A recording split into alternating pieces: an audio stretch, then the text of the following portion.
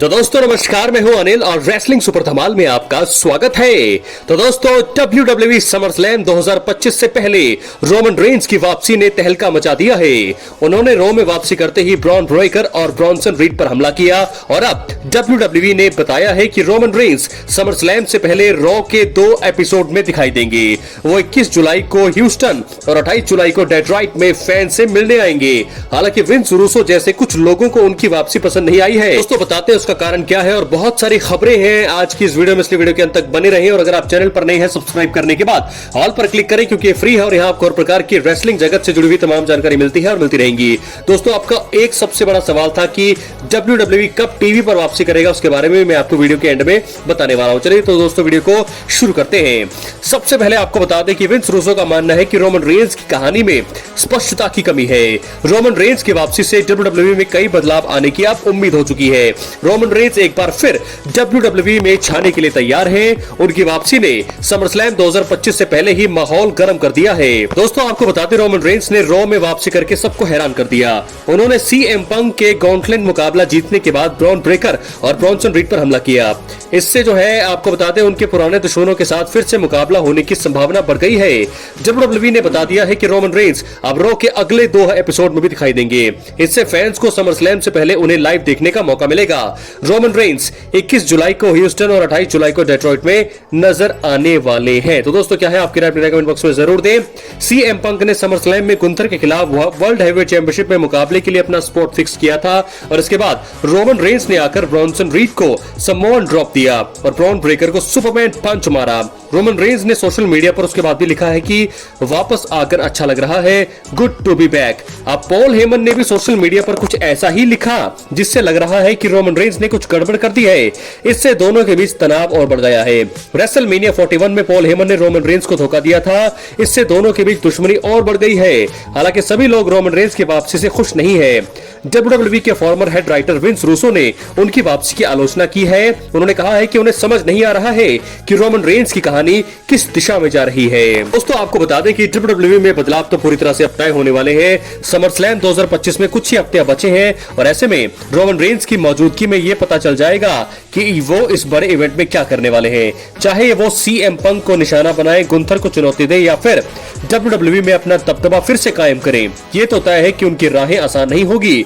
Roman Reigns वापस आ गए हैं और इससे WWE में बहुत कुछ बदलने वाला है। दोस्तों क्या है आपकी राय अपने कमेंट बॉक्स में जरूर दीजिए। रोमन रेंज की समरस्लैम 2025 में वापसी, क्या होगी उनकी अगली चाल? तो मैंने आपको बता दिया है पिछली कई वीडियोस में भी कि ब्रॉन ब्रेकर के साथ उनका मुकाबला तय लग रहा है कि रोमन वर्सेस ब्रॉन ब्रेकर ही आमने सामने आने वाले हैं समरस्लैम 2025 के लिए। लेकिन बहुत सारे लोगों का सवाल ये भी है कि OTC 1 की जो टी शर्ट उन्होंने पहनी है इसका मतलब क्या है।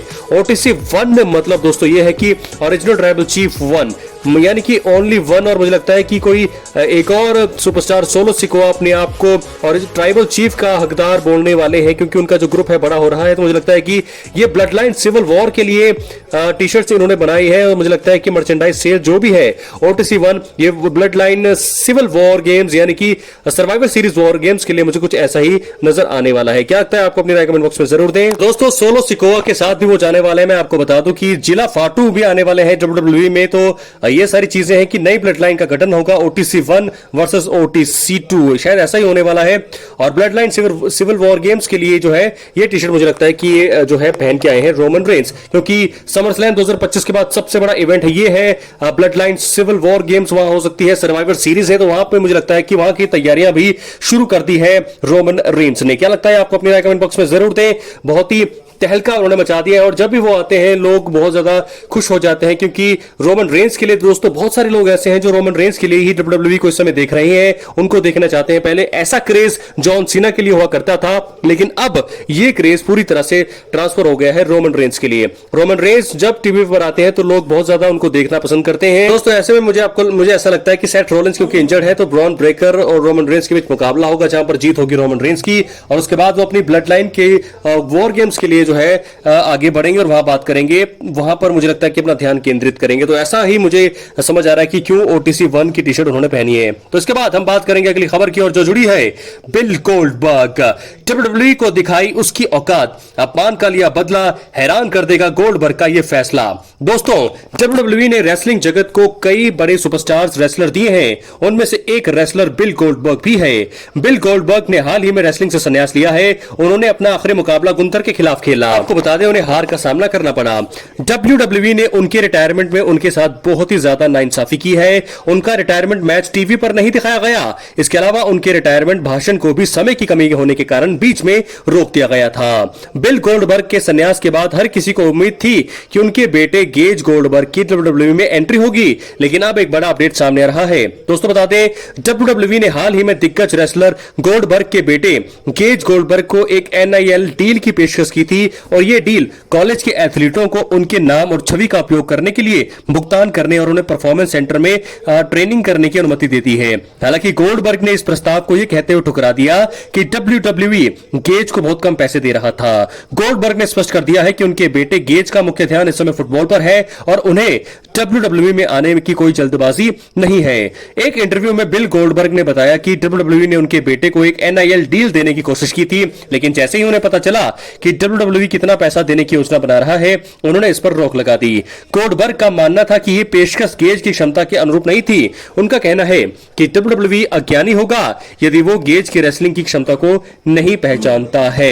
दोस्तों, गेज गोल्डबर्ग जो है, यानी कि गोल्डबर्ग के बेटे कोलोराडो विश्वविद्यालय में फुटबॉल खेलते हैं। उनके पिता ने पुष्टि की है कि गेज का सपना एक सफल फुटबॉल खिलाड़ी बनने का है। गोल्डबर्ग ने कहा, यह बच्चा मेरी तरह है, वो एक फुटबॉल खिलाड़ी बनना चाहता है, यह उसका सपना है, यह उसके खून में है, लेकिन WWE उसकी प्राथमिकता नहीं है। गेज खुद WWE को एक बैकअप प्लान मानते हैं, जो यह दर्शाता है कि उनकी प्राथमिकता लक्ष्य और जुनून फुटबॉल के मैदान पर है। तो दोस्तों, क्या है आपकी राय, कमेंट बॉक्स में जरूर दें। ये तो थी बात गोल्डबर्ग की। अब हम थोड़ी सी प्रेडिक्शन कर लेते हैं समरस्लैम 2025 के कुछ मैचों की। जैसा कि मैंने आपको पहले भी बताया कि गुंथर वर्सेस CM पंक होने वाला है वर्ल्ड हेवीवेट चैंपियनशिप के लिए समरस्लैम में, और मुझे ऐसा लगता है कि गुंथर अपने टाइटल को रिटेन कर लेंगे और CM पंक यहां पर हार जाएंगे। हालांकि CM पंक को मैंने कहा था कि वो जीत सकते हैं, लेकिन अब मुझे ऐसा लगता है कि क्योंकि गुंथर ने अभी भी हाल ही में जीता है ये चैंपियनशिप, तो मुझे लगता है गुंथर रिटेन करेंगे। बात करेंगे हम अगले मैच की। यहां पर मुझे लगता है कि टिफनी स्ट्रैटन को हराकर जेड कारगिल बन सकती है नई वुमेन्स चैंपियन। इसके बाद टिफनी, एक और मुकाबला, बहुत ही बड़ा मुकाबला है, बेकी लिंच वर्सेस लायरा विल्कीरिया, और इस मुकाबले में मुझे ऐसा लग रहा है लायरा विल्कीरिया जिस प्रकार का टैलेंट है वो बन जाएंगे एक बार फिर से नई वुमेन्स इंटरकॉन्टिनेंटल चैंपियन। और उसके बाद John Cena versus Cody Rhodes मुकाबला। इस मुकाबले में बहुत सारे मुझे लगता है ट्विस्ट होंगे, टर्न्स होंगे और शॉकिंग एंड हो सकता है। बहुत सारी सुपरस्टार्स की एंट्री होगी इस मुकाबले में, और एंड में मुझे लगता है कि जॉन सीना यहां पर बेबी फेस भी बन सकते हैं और कोडी बनेंगे एक बार फिर नए अनडिस्प्यूटेड चैंपियन। और एक और ट्रिपल थ्रेट मुकाबला होगा। नियोमी दोस्तों इसमें बनेगी, अपने टाइटल को आसानी से रिटेन करेगी क्योंकि अभी अभी ही वो चैंपियन बनी है, तो ऐसे में उनको एकदम से हटाना बहुत ही बड़ी गलती होगी। वैसे भी 8 साल के बाद वो चैंपियन बनी है, तो समर स्लैम में वो ट्रिपल थ्रेट मुकाबले में अपने टाइटल को आसानी से रिटेन कर लेंगी। और अब हम बात करने वाले हैं WWE की, क्या टीवी पर होगी वापसी, इसलिए वीडियो के अंत तक बने रहे। अगर आप यहां तक बने हुए हैं दोस्तों, बहुत बहुत धन्यवाद। आप में एक सच्चे जो है एक फैंस की भूमिका है और आप सब समझते हैं कि WWE समय आपकी जिंदगी में क्या मायने रखता है। फिलहाल आपको बता दें कि नेटफ्लिक्स के साथ जो डील है WWE की बहुत सालों तक जो है साइन हुई है, और बहुत सारे लोगों ने मुझसे ये भी पूछा कि अब जो है WWE टीवी पर कब आएगा, सोनी टीवी पर कब वापसी होगी WWE की। लेकिन फिलहाल आपको बता दें वापसी जरूर होगी, लेकिन अभी दोस्तों उसमें थोड़ा टाइम है। मुझे ऐसा लगता है कि ये जो डील है नेटफ्लिक्स के साथ, वो उस डील का भुगतान नेटफ्लिक्स ने WWE को पहले ही कर दिया है, तो इसके चलते ये मुझे लगता है अगले 5 साल यानी कि 2030 तक ये डील खत्म होगी और 2030 में जो है टीवी पर वापसी करेगी WWE। ये कुछ मुझे